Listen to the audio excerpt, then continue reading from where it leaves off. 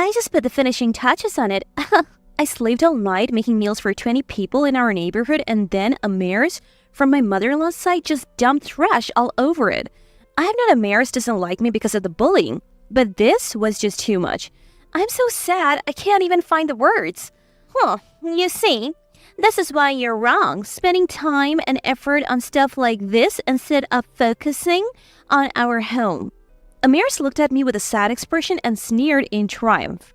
Watching Amir's laugh made my sadness fade, and slowly, anger started to boil inside me. Hey, is everything ready? Then Neve, from my father-in-law's side, came along. When Amaris realized who would be eating the food she had ruined, her face went pale. I'm 28 and I work in an office at a small factory in town. I live in a modestly priced apartment a bit away from the city, about an hour and a half by train, because the salary from the small factory I work at isn't that high and life is tough, so I need to save money. Life is difficult, and honestly, I can't say it's been a very good one. Additionally, since there are many men in my workplace, my personality has become more masculine over time. With this kind of personality, it's hard to expect any romantic encounters.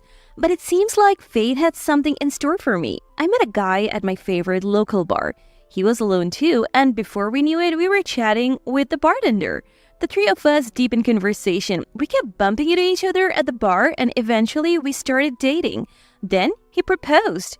I used to think there was no such thing as luck or God, but now I feel like I owe an apology to the heavens. The problem is, I don't have much savings.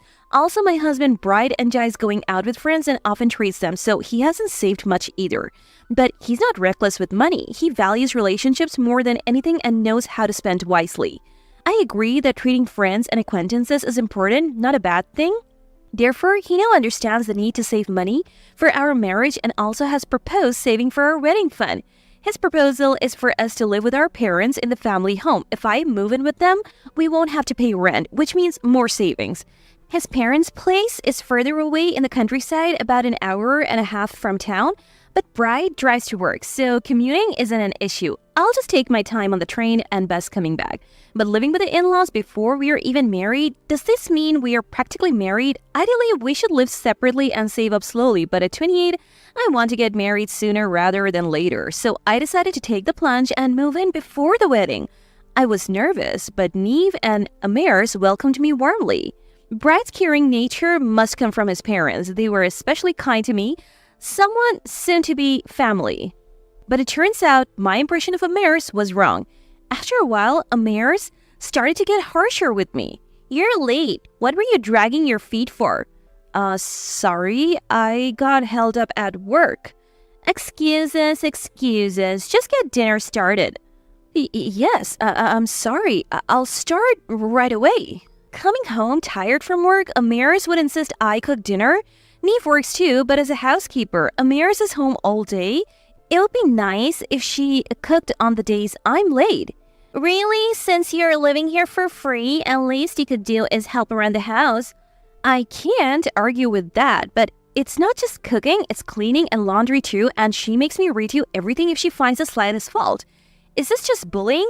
Amaris is nice to me when Bride or Neve are around. Maybe it's a rural tradition or custom. Perhaps Amir went through something similar.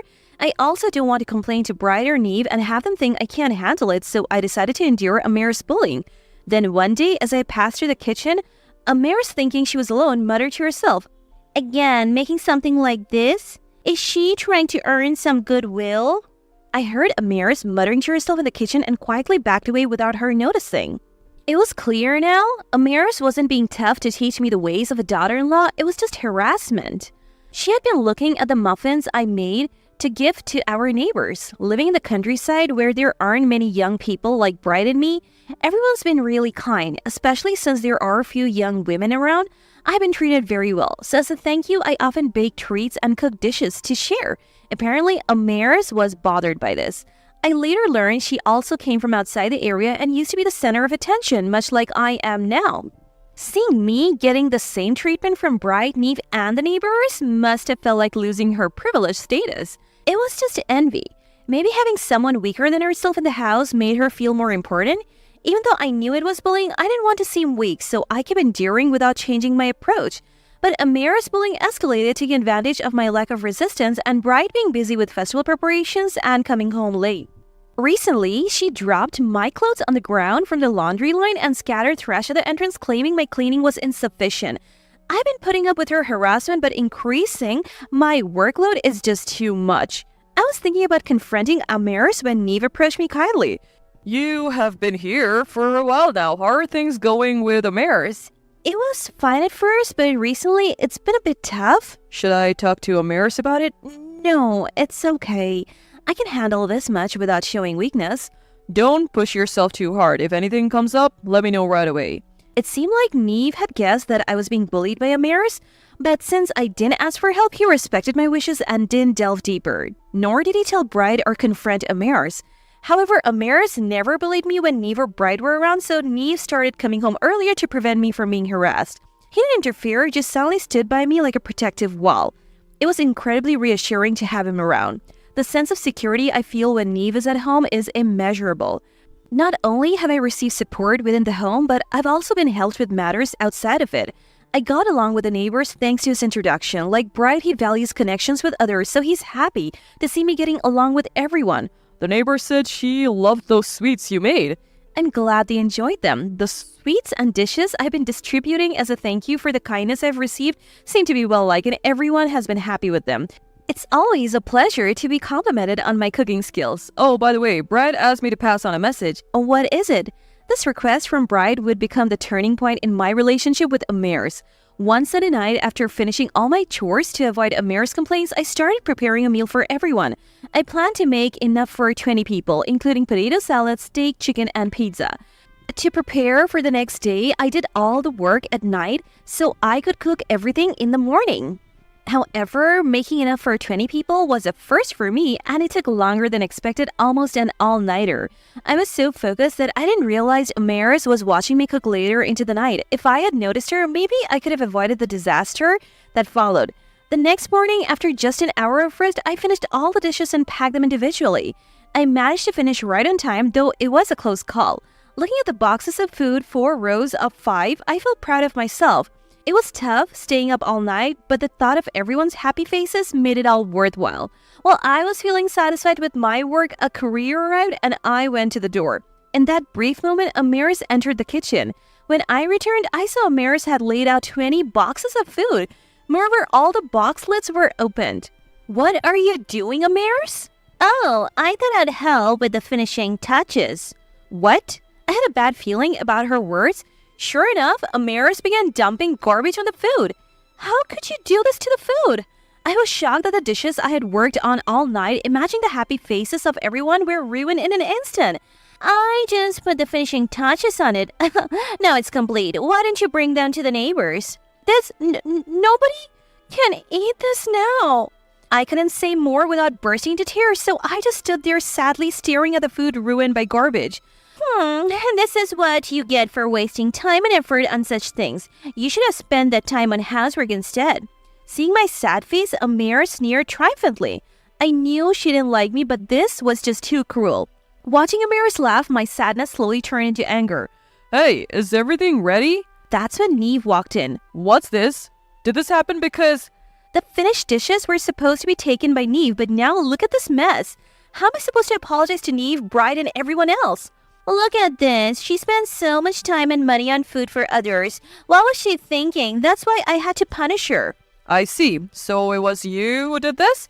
Yes. Now she'll learn to spend her time and effort in our home. Every word from Amir's fueled my anger more. Usually, I just gave food away on my own, but this time people were actually looking forward to it. This was supposed to go to Bride's place. Bride? Where is he today? Right. This was for the festival gathering everyone's attending. What? Her cooking is so popular in the neighborhood that everyone wanted to try it. Bride's been bragging about it too. That's why we asked her to make these dishes for today's gathering. This dish? In the region where my in-laws live, the festival is taken very seriously. As the festival season approaches, the men gather daily after work. It seems like they just drink and enjoy meals together, but it's an important tradition. I don't fully understand, but it's like a custom or unwritten rule, perhaps? Since today is Sunday and they gather early, Neve, who's retired from festival duties, was going to take the food to everyone. Amiris turned pale when she realized who the food was for. Bride, a county-raised festival man, hates anything that's not straightforward. So do Neve and the others at the gathering. Amiris had wasted the food meant for such people. Wasting food, bullying me, embarrassing Bride, and denying everyone the meal they were looking forward to. Amiris' actions were a parade of unacceptable behaviors. I couldn't imagine the men, especially Bride, being anything but furious. Watching Amiris panic, I even wondered if she might end up having to leave the community. Everyone was looking forward to this meal, you know? I didn't know it was for the gathering. If this wasn't meant for the gathering, would it be okay to make it all garbage? With this, no one could eat it anymore. I was more upset about disappointing everyone than my wasted efforts. While Amiris and I were talking, Neve pulled out his phone. Hey, come back now. I know you're with everyone. This is important. I have just called Bride back. Let's explain everything. Oh, wait, please, don't do that. I can make another batch of food. Neve planned to tell Bride everything from Amiris wasting the food to the bullying. I had wanted the bullying to stay between us, so Neve had been just watching over me without interfering, but now the situation has escalated to a point where he couldn't overlook it anymore. If Bride learns this, it would likely spread to the men at the festival and eventually through the community. Amiris could become an outcast. Realizing the severity of the situation, Amiris began to panic, fearing her life as she knew it might be over. But her panic was too late. About 10 minutes later, Bride hurried home after receiving Neve's call. He was shocked to see the food covered in garbage in the kitchen. What's going on? Why is the food like this? She did this. With just one sentence from Neve, Bride grasped the general situation. He was also informed that Amiris had ruined my cooking, pushing her panic to a peak. I didn't know it was for the gathering. That's not the point here. Amiris, clearly in distress, repeated the same excuse to Bride. Her behavior was almost comical, yet her expression was clearly filled with fear. Right, it's not, Dad, what's going on? Unable to speak, Amiris left Bride frustrated and seeking an explanation from Neve. You've been coming home late recently, so you might not have noticed, but she's been bullying her. She even begged me not to tell you, crying just a while ago.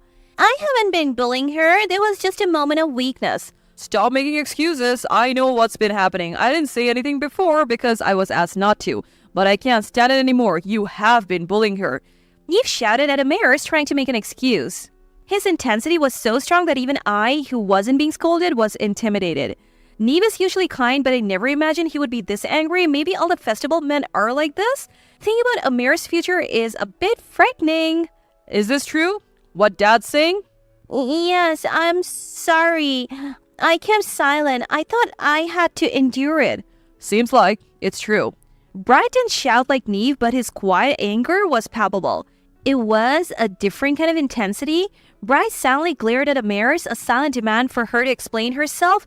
It really wasn't bullying. I was just teaching her about housework. Maybe it was too harsh. I'll be more careful from now on. What were you trying to teach me by dirtying my clothes and scattering trash at the entrance for me to clean? You did that too? Unbelievable. Mom, what were you trying to teach her? Well, a little hardship is good, right? You know young people these days give up so easily. I was just testing her to see if she could handle being my son's wife. That's what bullying is. Amiris' series of excuses eventually led her to admit she had been bullying. This left me, Bride, and Neve beyond anger, just completely exasperated. All right, I get it. You need to leave the house right now. Wait, please, you can't just tell me to leave all of a sudden. You're the one at fault, Mom. We'll pack your things. From now, go find somewhere else to live. I'm sorry. Please forgive me. Kicking me out is just too harsh. You're apologizing to the wrong people. Shouldn't you be apologizing that to her, not me and Dad? Confronted by Bride, Amiris turned to me and apologized. I'm sorry for everything. Please forgive me. My decision could significantly change Amiris' life considering how she had treated me. I felt a sense of satisfaction with the situation, but should I be the one to decide Amiris' fate?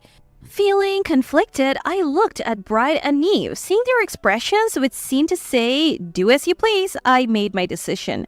I cooked with my heart. You can repay the food, but you can't repay the sentiment. You also trampled on the feelings of those who were looking forward to it.